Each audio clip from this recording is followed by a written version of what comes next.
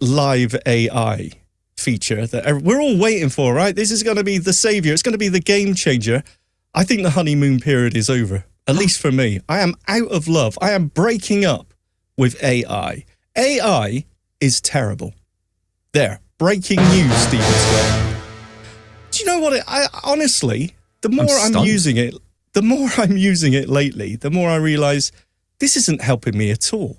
Now, I will say there are different use cases for AI.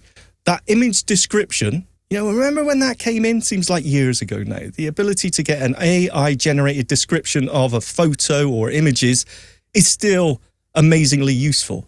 It's fantastic. I think it's the biggest thing that's happened for accessibility in ages. Fantastic. Being able to research a product, hey, I'm looking for a printer and I want one that does this.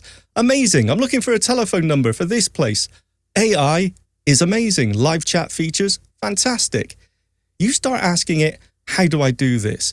What's the keyboard shortcut for this? How do I set up this? It's awful. It is always, and I mean always, utterly wrong. And you can tell it, hey, you're wrong. Oh, yes, I am wrong. And then it will repeat the wrong answer to you. It's actually this. That's just what you told me. Now, my main AI service is Copilot, but I've tried ChatGPT 5. I've tried them all. And they are all the same. What they've done here with AI, they've poisoned the well by just sucking up all the information from the entirety of the internet. They've sucked up wrong information. They've made it so responsive, that 0.5 millisecond response time of when you're talking to it and it responds. It's not checking anything. It's useless. AI is useless. There, discuss. Wow. Well, okay. Well, I was going to say... Tell me I'm wrong. Coming up later, we've got Sam Altman joining us, but sadly, we just got to note that he's left. No, look, I find it hard to disagree with you, maybe not to the extent you disagree or dislike AI. I mentioned I am tired today. Well, I mean, I'll be honest. So yesterday I was setting up a new printer. And we got one of these new photo printers in the house. My wife wants to print out loads of pictures and stuff. And it's okay, that's cool. So we bought this photo printer. It's an Epson. Yes. No. It's an Epson printer. And really nice. And I thought, well, that's cool. It's got a nice scanner in it. That'll do me for my scanning needs. And it'll, good for a printer if I need one. And photo printing and all that stuff. And the setup, I thought, right, I'm going to get Gemini to help me out with this. So I turned on the camera on Gemini. And I did some live video with it to say, okay, we're going to set this thing up. I said, oh, cool, you've got the XP8700 Epson printer. I'm like, yeah. He's like, let's set it up. So I point the camera at the printer and it says, okay, first thing you want to do is get the printer out the box. And I think, you're looking at it right now. And it's like, okay. And it's like, oh, yeah, you're right. It's right there. Okay, let's turn it on. I'm like, it is turned on. Oh, yeah, so it is. Okay, let's get the ink cartridges in. Okay, how do I do that? And then it just proceeded to give me bad advice, bad information. Yes. Didn't give me accurate information at all. Couldn't tell me when I'd opened up the lid. I know that it wouldn't reactively tell me. I had to proactively ask it to give me information. But even so, it was still being very difficult with the answers. It just felt to me like it wasn't giving me any kind of confidence at all. And that's the thing, when it comes to the live AI part of it, that makes me a little bit nervous because obviously there's lots of talk at the minute around using live AI for mobility or for moving around. Not even so much for mobility, but just for, it seems to be fine for recognizing things. If it can see it and you're asking a simple, almost like the way we would ask an image a question, it seems to be better at that. It's whenever anything's moving around or something's changing, it just cannot deal with it. Cannot give me the information, can't tell you the difference. It can, if I say, is the printer on? It'll say yes, and that's correct. But if it's telling me to turn the printer on and it already is on, it's clearly not able to identify in the moment. So maybe it's because it's not live video. It's taking a succession of images as it goes. It must be because it's not. It doesn't reactive. matter. The point is, and I'm not even talking about the video aspect. I mean, I'm just talking about having a conversation. Hey, walk me through step by step. Now, I'm not saying it's utterly useless, actually. Let me take that back, because it can point you in the right direction. You said AI is useless. Your words. I know, I'm taking that back. It can be useful as to pointing you in the right direction. Like when I was setting up the network, it sort of said, go here, and I found it myself. You know, it wasn't actually accurate as in first do this, then do this. It's like, well, that setting you're telling me to go to isn't there. Oh, no, it isn't. Then let's do it a different way. Well, then I tell you what it's like. It's like having a support worker who's constantly a little bit drunk. You know, it's like, yeah, you're useful and I'm glad you're there, but I just can't rely on you whatsoever. I've got to take everything with a pinch of salt. And when it comes to certain tasks, that isn't good enough. And I think this constant, I'm guilty of this, the potential of live AI, you know, that proactive, hey, stop, there's a car in front of you. Hey, don't, watch out, there's this and that. I used the Meta Ray-Bans this morning when I took the dog out. And with that new detailed description I got so excited about, and it, you know, I mentioned that it now says, hey, there's no obstacles in front of you. So as I was walking along, I know there's a car that's always parked on the pavement at a certain point. So as I was coming up to it, I said, are there any obstacles in front of me? And it said, no, the path in front of you is totally clear. There's no obstacles. 2 steps later, bang, into this car that's parked half on the pavement, half on the road.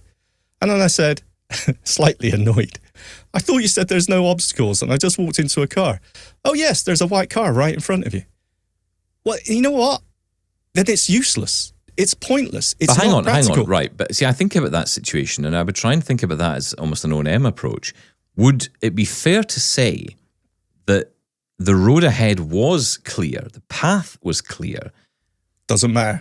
No, but you see, there's a bit of nuance in this that it's not going to pick up on, no, it doesn't matter. If the path is clear, then it's accurate. You're asking about obstacles in the path. If the path ahead is clear, then it's accurate. Actually, you've now walked into a car and you're saying, are there obstacles?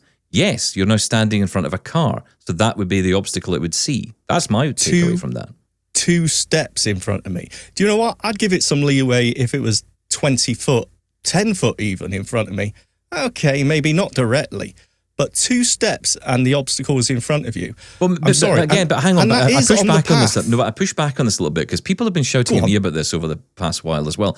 You know, it's all about the prompting, right? So the question you're asked is the path clear? The answer will be yes. No. Well, firstly, no, it's not clear because there's half a car parked on it. But that doesn't mean the path isn't clear. The path is clear. Secondly, are there any obstacles in front of me was the prompt. Are there any obstacles in front of me? Again, there wouldn't be as far as it's concerned because the car is off to your right, I would guess. It wouldn't be directly in front of you. It's half It's not on covering. the sidewalk. If that car was covering... Matter. No, hang on. If the car was covering the whole pavement... No, we're playing with semantics here. But you're talking to a robot. It doesn't understand all this. It doesn't say, the road is clear ahead, but there's a car parked over there. I mean, in that case, it would... But then it's giving you the wrong information because you're asking it the wrong question. Okay, so what do I need? How would I prompt that? Well, you'd have to think about how to ask the question. Okay, the path ahead should be clear. Is there anything near or around the path I should be concerned about? Something like that. And then it might say, well, yes, because there's a car parked on the pavement. In which case, the whole point of AI being conversational goes away. And then we got to think about the syntax of how we're prompting it. We're back to DOS days of the command line. It's absolutely ridiculous. And I'm sorry, half on the sidewalk is an obstacle. And if AI can't figure that out, it's pointless. And this constant, and as I said, I'm guilty hang on, okay, answer me this question. Answer me this. Yeah, go on. Could you get past the car even though it was on the pavement? Yes, sideways on. I had to so the path was clear? No, it wasn't clear. No. But you got past the car. There was an obstacle on it. Oh, right. Okay. So if there's an inch gap, is that clear? Wasn't it? Listen, I'll have met you. It's not an inch gap. I tell you that, right? It's more than an inch gap. With the wing mirror sticking out, which I had to scrape through my belly. No, I would say it wasn't clear. That's not the point. Look, this is under accessibility, this setting. It's the AI itself mentioned there's no obstacles in front of you. I wasn't expecting it to do anything like this, but it brought it up. There are no obstacles in your path. So you need to feed that back to Meta because they need to understand that that's not working for you and understand why. Yeah, but my point is, This is the thing though. We all sit and whinge about it and moan about it in our own private quarters. No. But you've got to feed this back to them. Yeah, okay. Feed it back to them. Great. Will do. The point is, that's just one example. My universal experience of AI, that this isn't unique. This isn't just about accessibility. This is about all the questions that you ask AI, the responses that you get back have been poisoned by the general nature of all the information it sucks in. Yeah, this is the biggest problem. I mean, look, it's pulling in forums, it's pulling in, stuff from Facebook, I'm guessing, people's opinions. I mean, people's opinions, that's the worst. Look, the thing, and I've constantly said this right from the start, the thing for me, and how I use AI is always with the conversational mode. I'm talking to it. I'm never typing to AI because it's just such a nice way to interact. Sarah was walking around the garden, we've had really nice weather for the last few days, and she's asking her Ray-Bans, well, tell me about this plant. Is it flowering? This hydrangea, and what color of flowers on there? And she absolutely loves it because it can identify things and it tells her things. It's amazing. That's a game changer, right? That's a quality of life feature. Sounds like she's prompting it well as well. But I mean, look, that matters. It does. Yes, but I'm sorry. AI is either intelligent enough to infer context. So it's what we always say. Oh, it's so great about getting the context of the question. You can stumble your question and it understands you still. I'm sorry, if I'm saying, are there any obstacles in front of me? It's saying, well, I mean, you could get around that car if you turn sideways on and step sideways through it. Then yes, of course, there's no obstacles in front of you. Somebody's annoyed. Nonsense. He walked into a car and he's not had enough coffee this morning or enough sleep. I've been up since 3:30 this morning. I'm wide awake. I feel good. I think we should give it a break, and I think we should learn to prompt it a little bit more. I'd be intrigued to spend a bit of time on that particular. You are. Oh, I mean, look, am I going to do it right now? Yes, you're the apple of AI. You are. You're holding it wrong. No. You're asking the wrong question. No. But there is an element of this. Not even so much the asking it wrong, but asking the question, asking a different question or phrasing it slightly differently. I think it's just, we're at very early days here, and bear in mind that information is still, I mean, how does it answer these questions? And also, how much can we trust it to give us these answers? I mean, look, I don't know the answer to this yet, but it feels like we're this is the problem. The problem, yeah, exactly. Let's ask it. But I think the problem is that my biggest issue with AI at the minute is the reliance people have on it. I know people who will use it every day, and they will check, I imagine, the responses it gives. But more often than not, people just take what it gives you, take it and use it. Oh yeah, and I've seen direct copies. That's concerning to me. Posted on social media for an answer to a tech question, and it's utterly wrong. Yeah, and it's just GPT great for transcribing, transcription, for rewriting your email. It's amazing. Do you know what's happened? Do you remember when Google came along? You get those people who'd sit in the office.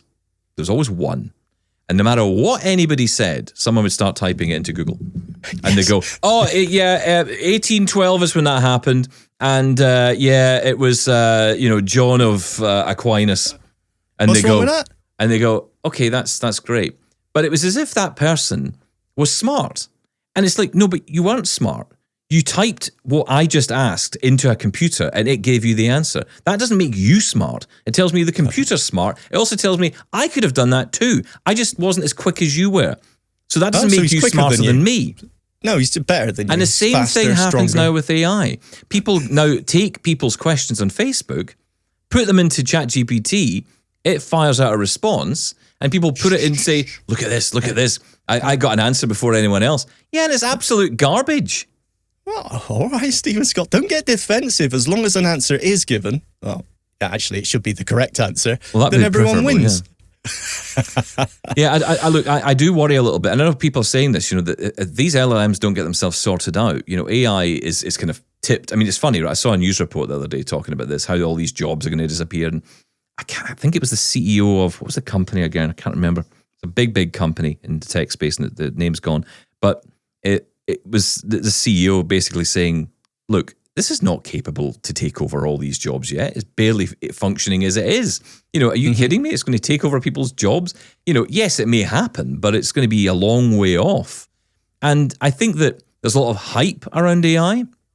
There's a lot of concern that I have around what AI is doing, but is it reliable? I mean, can you imagine putting this into robotics? That's happening right now. The talk is to move into robotics and put this into robots. Can you imagine this thing going around the house just giving out random information? I mean, even having the ability to think for itself eventually, so it can just start coming up with absolute tosh all by itself. I mean, already you see that story of the kid who was using it for whatever he was using it for I guess for schoolwork or whatever, and it started telling him he was the worst person in the world, and it was like, oh my god, what's this thing doing? He might have been. Doesn't mean so, but the AI was wrong. No, I don't know. I'm kind of worrying about where we're going with all this.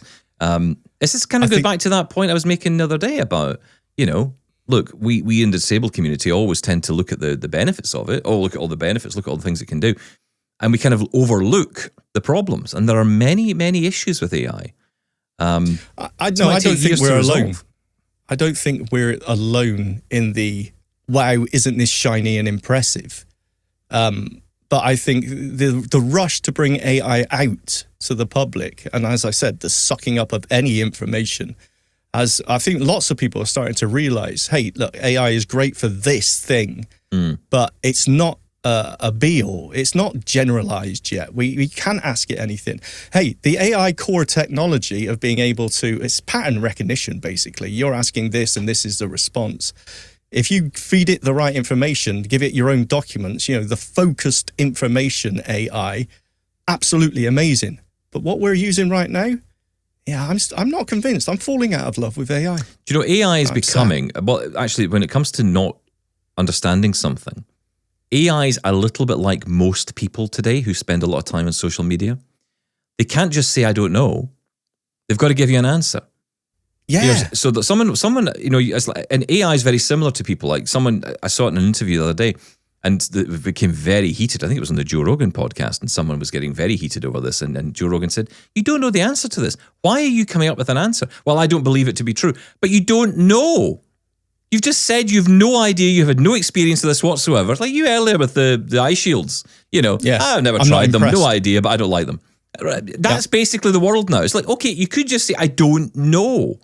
And AI could do the same. AI could just say, I don't know the answer, instead of saying, I'm going to fabricate this nonsense. That's different. You can have an opinion about something, that's fine. But when you're asking a direct question, how do I do this? What's the keyboard shortcut? I'll tell you what I asked. What's the keyboard shortcut to turn on screen curtain in NVDA? Oh, I forgot. I love this one. Okay? Yes. NVDA key, Control C. Yep. No, it isn't. It absolutely I is did a not. test. Gemini, ChatGPT, and Copilot. None of them got it right. None of them. No, and you know what? 90% of the time, they don't. And even when I kept saying, that's not right, it would say, no, you're absolutely correct. It's this. And it gave me something totally different. And it was wrong. I said, it's like, really? I believe it's Escape, NVDA, and Control. I actually can't remember right now. I believe it's this. NVDA, said, Control, Escape. Control, NVDA, Escape. Yeah, okay. So I told it that. And it said, oh, thank you for the feedback. And then I asked it, okay, so what's the keyboard shortcut for screen curtain? And it told me, NVDA Control C. And you think, then what's the point? You know what? You're right. It's terrible. Okay, that's it. AI is awful. Switch it off. Forget it. I feel better. Cancel the Sam Altman interview. Never mind.